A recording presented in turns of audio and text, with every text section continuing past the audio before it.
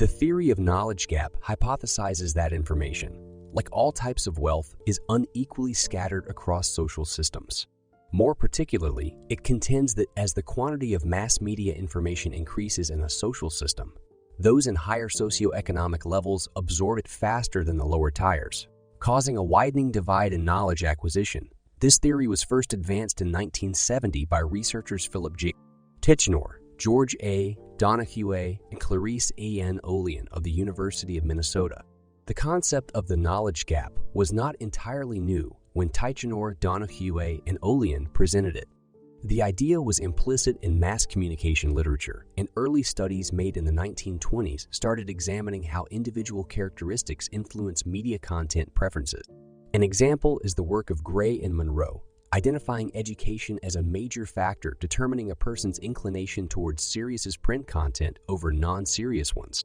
Contrary to the assumption that radio would level out content preferences due to its accessibility, Paul Lazarsfeld of the Office of Radio Research at Columbia University found that people from lower socioeconomic backgrounds listened to more radio programs but were less likely to listen to serious content. This led to a contradiction to the popular belief that radio could mitigate the level of media content preference based on individual characteristics.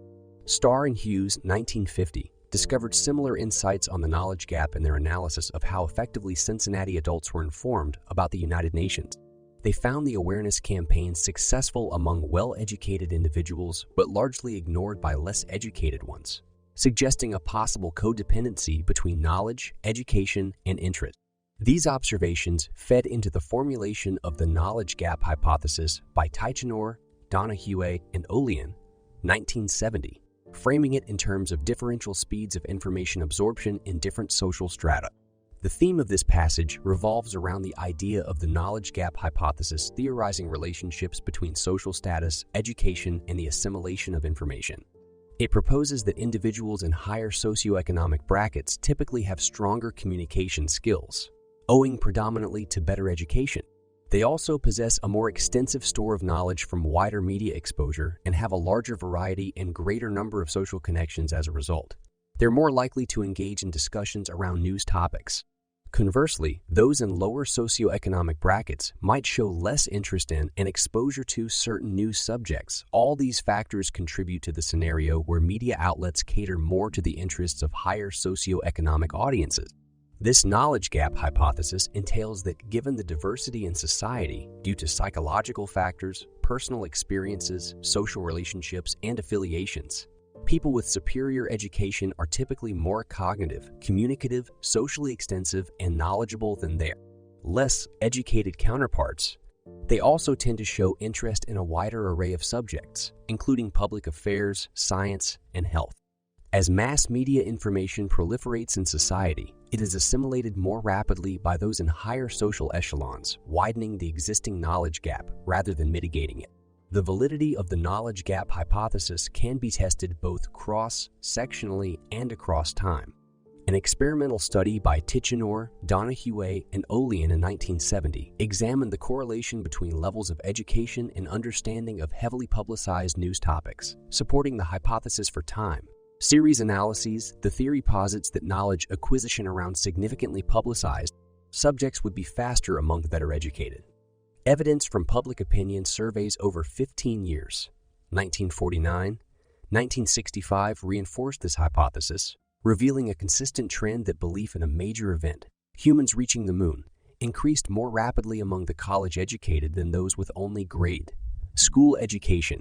The theme of this story revolves around the concept of knowledge gaps, the disparities in access to information and understanding across different sections of the society. It underscores that local issues impacting the community directly tend to ignite a higher degree of social concern compared to national issues that do not directly involve the community, and this in turn helps narrow these knowledge gaps. Issues perceived to have more controversy also capture more attention, again reducing knowledge gaps until communication breaks down. Furthermore, smaller and more homogeneous communities that exhibit less social differentiation and reduced variety in information sources show smaller knowledge gaps compared to larger, more diverse communities. Several reviews and a meta-analysis of studies on knowledge gap theory have been conducted. Gaziano performed 2 renowned narrative reviews of such studies, emphasizing a consistent detection of knowledge gaps across various topics, approaches, and circumstances. A meta-analysis undertaken by Huang and Zhang, which focused on effect sizes rather than significance tests, corroborated Gaziano's conclusion about the persistence of knowledge gaps over time. In 2010, a noteworthy study was conducted by Elizabeth Corley and Dietram Schufel to scrutinize the expanding knowledge gap exemplified in the field of nanotechnology. They found that those with higher socio-economic status, SEUs, tend to acquire new information more rapidly than individuals from lower SS group. They noted that while knowledge levels increased for respondents with a college degree between 2004 and 2007, there was a significant drop for those with less than high school education. This highlights the need for improved communication strategies to assist the latter category. Challenging the factors contributing to these knowledge gaps, Corley and Schofel discovered that increased internet usage, particularly frequency, significantly improved knowledge about nanotechnology among those with less formal education. Interestingly, they found that the advent of the internet, especially the user-friendly interfaces and content of Web 20, could play a pivotal role in bridging these knowledge gaps. This is largely attributed to the accessibility of online information, elicited in layman's terms that cater to a broader audience. In essence, research indicates that the advent of Web 2.0 assists in bridging the gap in knowledge, as it renders previously inaccessible content understandable to individuals with lower socioeconomic status. This is largely due to the fact that Web 20 content is produced by ordinary individuals, for ordinary individuals, and is presented in a language that the average person can comprehend. Furthermore, Web 2.0 fosters interactivity, enabling users to delve deeper into subjects, explore unfamiliar concepts, and supplement their understanding by accessing extensive articles. While scholars predominantly agree that higher education results in broader knowledge, the knowledge gap theory implies that this connection should be moderated by the exposure an issue gets across media. Consequently, media exposure emerges as an underexplored variable in many knowledge gap studies. Knowledge discrepancies tend to vary over time, implying that single occurrence studies may only provide a temporary and possibly misleading view of knowledge gaps. The influence of familial practices on learning is a newly prioritized research focus for those exploring knowledge gap. As policy decisions have significantly contributed to growing disparity and knowledge gap, research can inform policy decisions. It is advocated that researchers interact more extensively with policymakers.